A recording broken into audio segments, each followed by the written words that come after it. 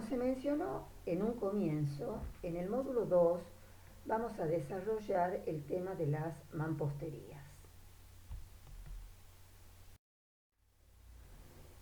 En el caso de un CBE de mampostería, en este caso de ladrillo común, tenemos 6 elementos constitutivos básicos. En primer lugar tenemos lo que es la fundación. A través de las fundaciones son transmitidas las cargas de la obra construida a terreno firme. Luego encontramos la capa aisladora, que es la que impide que la humedad proveniente del terreno ascienda por los cerramientos. Luego encontramos la estructura sismo-resistente, que es una estructura necesaria en nuestras construcciones por encontrarse Tucumán ubicada en una zona de riesgo sísmico moderado. Luego tenemos la estructura propia del cerramiento, que puede realizarse con distintos tipos de mampuestos. Acá tenemos ladrillo común, podría ser de ladrillo cerámico hueco o podría utilizarse el bloque de hormigón. Luego encontramos los accidentes. Los accidentes es donde se ve alterada la estructura propia del cerramiento para dar lugar, en este caso, a una ventana, y que tiene implicancias desde el punto de vista constructivo. Y en último lugar tendríamos las terminaciones, que son las distintas posibilidades que me brinda el cerramiento vertical exterior realizado en mampostería, que puede quedar directamente a la vista, puede ser revocado o aplicarles distintos tipos de revestimientos. Vamos a hacer ahora un pequeño análisis de los distintos componentes de un CBE. Por un lado tenemos las fundaciones, que es el elemento de construcción cuya finalidad es transmitir homogéneamente al suelo las cargas que llegan al plano inferior útil del edificio, evitando los asientos diferenciales. La aparición de fisuras, grietas, asientos e incluso derrumbes se producen en los edificios en muchos casos como consecuencia de una inadecuada fundación o una deficiente valoración de las cargas. El diseño de las fundaciones debe responder a dos datos: las cargas que transmite el edificio y el coeficiente de trabajo del terreno sobre el cual se construye, lo cual va a variar de acuerdo al tipo de suelo, según sea compresible o blando o incompresible o duro. En forma general podemos hablar de dos tipos de fundaciones. Las fundaciones profundas se utilizan cuando el peso del edificio es muy grande y el terreno no tiene capacidad para soportarlo, o cuando el terreno está lleno de agua, lo que dificulta los trabajos de excavación, y las cargas de la obra deben transmitirse a estratos profundos. En esos casos se puede recurrir a las fundaciones profundas o por medio de pilotes. Los pilotes son elementos esbeltos de pequeña sección que soportan y transmiten las cargas al terreno por presión, o sea, por apoyo directo del pilote sobre el manto resistente, que sería este caso, o por rozamiento o fricción lateral en el fuste. En ese caso hablamos de los pilotes flotantes. Acá tenemos otras dos imágenes en donde podemos ver los pilotes, que pueden ser pilotes prefabricados o pueden ser pilotes realizados in situ.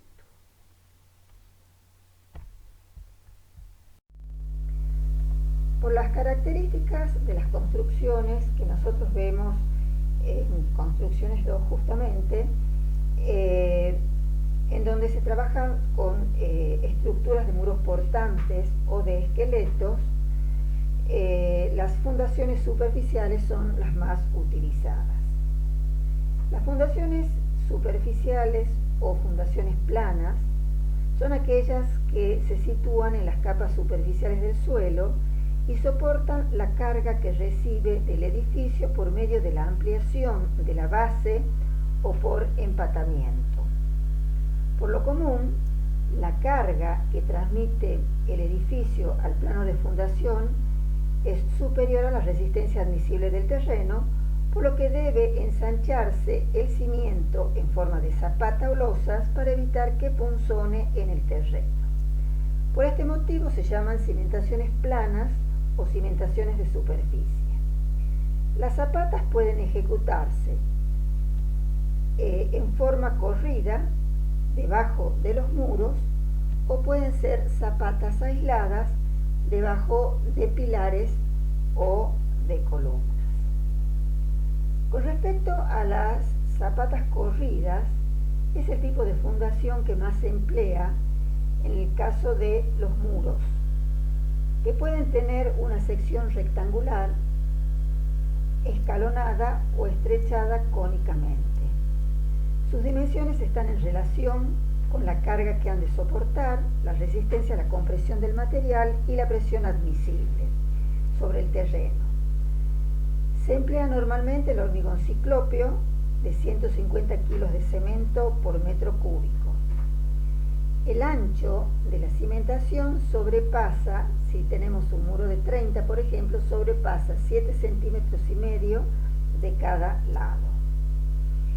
Y la profundidad mínima es de 60 centímetros. En caso de ensanchar la fundación, que sería lo que estamos viendo acá, es necesario guardar el talud para la distribución de las cargas, que va a estar en función del material que se emplee. En el caso del hormigón, este ángulo toma el valor de 60 grados. Luego tenemos las zapatas aisladas bajo pilares o columnas. En el caso de las bases de columnas, hablamos de bases de hormigón armado. Estas bases pueden ser centradas cuando coincide el eje de descarga con el centro de gravedad de la base. Pueden ser bases excéntricas, en el caso de las bases en paredes medianeras, donde no coincide el eje de descarga con el centro de gravedad de la base.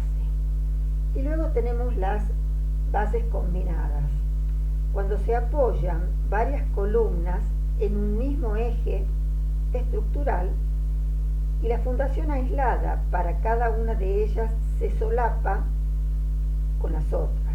Lo más conveniente en ese caso es colocar una viga de fundación o una zapata corrida. En el caso de los muros de carga, se puede recurrir a las mismas soluciones. Según los casos pueden emplearse vigas de fundación, ya que permite tomar las cargas del muro y transmitirlas a las zapatas aisladas. En otros casos, estas vigas funcionan como vigas T invertidas. Y luego tenemos otro tipo de fundación superficial, que es la platea de fundación. Las plateas tienen forma de losas y se las emplea cuando los empatamientos empiezan a acercarse entre sí, cuando las cargas son muy importantes o es menor la resistencia del terreno y la superficie necesaria para la distribución de las cargas ocupa entre un 65 o un 75% de la superficie del edificio en planta. Lo que vemos cuando hablamos de mampostería portante en Tucumán, debemos tener presente que nuestra provincia se ubica en una zona de actividad sísmica moderada. Por lo tanto, la estructura sismo resistente debe utilizarse en todas las mamposterías portantes, independiente del mampuesto que se utilice, de acuerdo a las normas IMPRES-CIRSOC, que son normas del Instituto de Prevención Sísmica. La estructura sismo resistente, que es lo que estamos viendo acá, tiene por finalidad conferir una mayor resistencia a la mampostería frente a la acción de los sismos.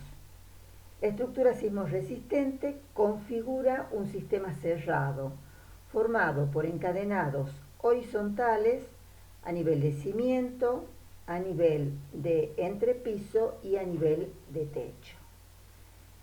Y encadenados verticales. Este tema se analiza en la clase CBE Sismo.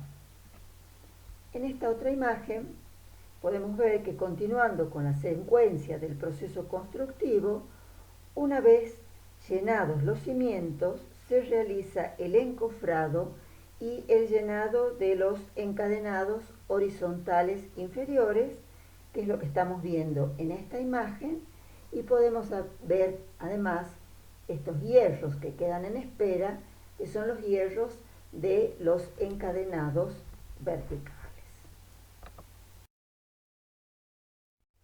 La capa aisladora es la aislación hidrófuga que se le realiza al muro para evitar que la humedad del terreno ascienda por medio del muro a través de un fenómeno que es el fenómeno de la capilaridad.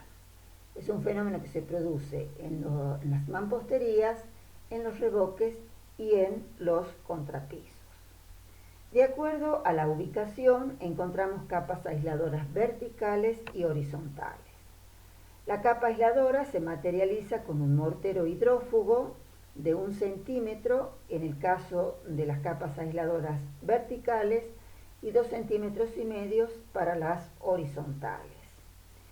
La mezcla hidrófuga se compone de una parte de cemento y 2,5 o 3 partes de arena fina, agregándole hidrófugo químico.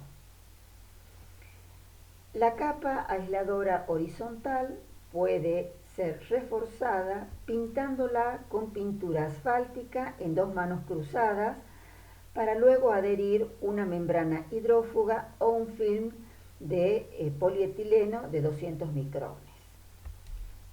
Luego se completa con la capa aisladora vertical. En esta imagen vemos una capa aisladora vertical simple, en donde la capa aisladora horizontal se ubica más o menos a una hilada por arriba del piso terminado y queda oculta detrás del zócalo. Esta imagen que vemos acá nos muestra cómo el revoque debe cortarse antes de llegar al nivel, en este caso, del contrapiso o del piso terminado. Acá lo podemos ver. Es necesario cortar el revoque porque por algún motivo de que haya algún tipo de filtración de agua por el lavado de pisos, por ejemplo, y puede ingresar el agua, el revoque actuaría como una mecha. Entonces es necesario directamente cortarlo antes que llegue al nivel de piso. ¿Cómo se manifiesta la presencia de humedad? Con unas manchas que aparecen por arriba del zócalo. Y en esta otra imagen vemos la capa aisladora, en donde ha sido colocado un film de polietileno de 200 micrones. Las capas aisladoras pueden ser capas simples, lo que estuvimos viendo en las imágenes anteriores, y también pueden ser capas dobles, que es lo que estamos viendo en esta imagen, que resulta mucho más eficiente, pues ofrece una mayor dificultad al avance de la humedad. Se basa en cerrar un sector del muro con 2 capas horizontales, una que se encuentra un poco por debajo del inicio del contrapiso. La segunda capa horizontal más o menos se ubica a una altura de una hilada por arriba del piso terminado, y ese cajón se cierra con dos capas aisladoras verticales formando un cajón. Vemos acá también lo que habíamos visto en la imagen anterior, cómo es necesario cortar con el revoque para evitar, ¿no es cierto?, el ascenso de la humedad por este elemento que actuaría de mecha.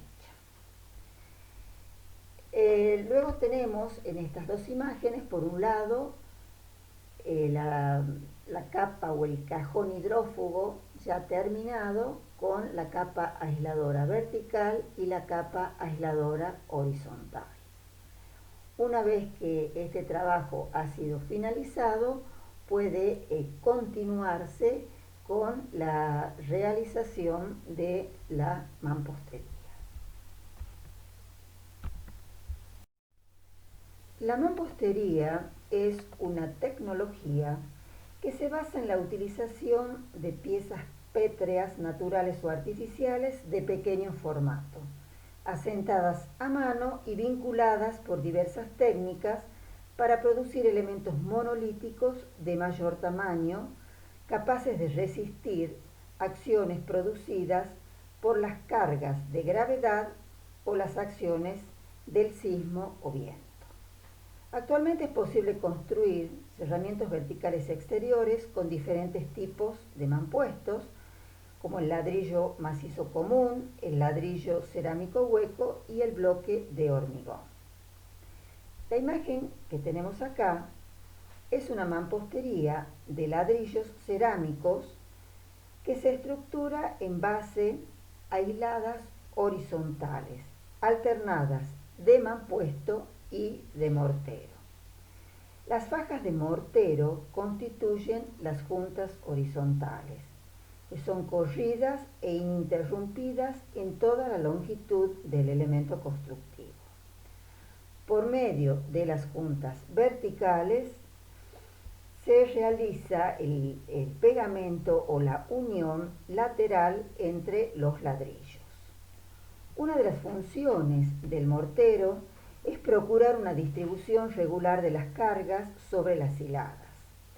Además asegura la ligazón de los elementos entre sí, garantizando de esa forma el monolitismo. La traba es la esencia estructural de la mampostería. Las juntas verticales no deberán ser coincidentes. La correspondencia entre las juntas verticales de dos hiladas sucesivas provocaría la aparición de grietas, debilitando la pared.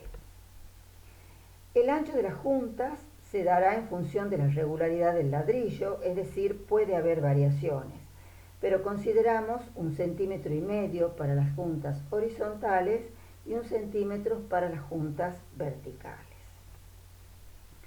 Al levantar la mampostería, existen distintas formas de colocar los mampuestos, y eso es lo que recibe el nombre de aparejo. Lo que vemos en la imagen son aparejos para una mampostería de 30, para una mampostería de 15 y para un tabique de panderete en donde el ladrillo se coloca de canto. Podemos ver en esta imagen y en esta otra imagen que en el extremo de la pared que queda libre debe dejarse la traba abierta para tomar el mampuesto que continúe. Lo mismo se hará si la traba es intermedia. En los casos en que el tabique a adosar sea de otro tipo de mampuesto, se dejará un pelo, un hierro del Fidel 6, cada 30 centímetros. Lo que podemos ver en la imagen es la solución constructiva para la unión de dos paredes realizadas con bloques de hormigón dispuestas en ángulo recto y trabadas. Para esto se emplea un bloque de 10 centímetros en hiladas alternadas. Esta traba permite dejar huecos en la mampostería para luego apoyar los bloques de la segunda hilada. Además, se utiliza un anclaje metálico, hiladas de por medio. Es posible realizar la unión anterior con el empleo de anclajes metálicos cada 2 hiladas. Estos que vemos acá son los anclajes metálicos que se colocan cada 2 hiladas y que son Fidel 10. Esta solución que se ejecuta cuando los muros se construyen separadamente sin trabarlos. Entonces, se coloca un anclaje, un hierro del 10 cada 2 hiladas y un refuerzo de armadura vertical 2 Fi del 8 con el posterior llenado del hormigón. Ahora, para vincular un tabique no portante con una mampostería portante, se colocan unas tiras de tela metálica o malla galvanizada de 1/4 de pulgada en juntas alternadas atravesando las dos paredes. Acá tendríamos una primera hilada y acá tendríamos la segunda hilada. Los muros son superficies continuas en las que es necesario practicar aberturas para conformar ventanas o puertas. El hueco es lo que constituye el vano y su presencia implica un accidente en la estructura de cerramiento y debilita al muro. ¿Cuáles son los componentes del vano? Por un lado tenemos el alféizar, que es el límite inferior para el caso del vano de una ventana. La unión entre el muro y la carpintería es propensa a la aparición de filtraciones de agua, actuando el alféizar como un elemento para prevenir el ingreso de la misma. Su función es guiar el agua de lluvia hacia el exterior. Vuela unos 5 centímetros aproximadamente y tiene una pendiente del 10%. La presencia de un goterón en su cara inferior produce que la caída del agua no corra por la superficie de la pared, protegiendo al revoque exterior frente al goteo de la misma. El alféizar puede materializarse de distintas maneras, puede ser metálico, puede ser de hormigón prefabricado, mármol, baldosas cerámicas, etc. Es importante que el mortero de asiento sea un mortero hidrófugo y lo correcto es colocar ese revestimiento por debajo del marco de la ventana con un posterior sellado de esta junta. En el caso del vano de una puerta, hablamos de el umbral como el límite inferior. En este caso, la aislación hidrófuga, que no debe interrumpirse, cuando llega al vano de una puerta, debe bajar, pasar por debajo del umbral y luego retomar nuevamente su nivel. Luego tenemos las jambas, que constituyen el límite lateral del vano. El dintel, que está ubicado en la parte superior, es una viga que se coloca encima del hueco para desviar las cargas del muro hacia los laterales y apoya en las jambas.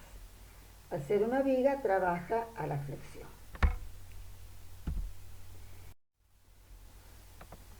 Son muchas las terminaciones que puede recibir un muro de mampostería. Según el caso, puede quedar a la vista, puede la pared ser revocada o puede recibir distintos tipos de revestimientos, madera, piedra o mármol. Acá tenemos la bibliografía que se utilizó para la realización de la clase y con esto damos por terminado el módulo 2 de cerramientos verticales exteriores.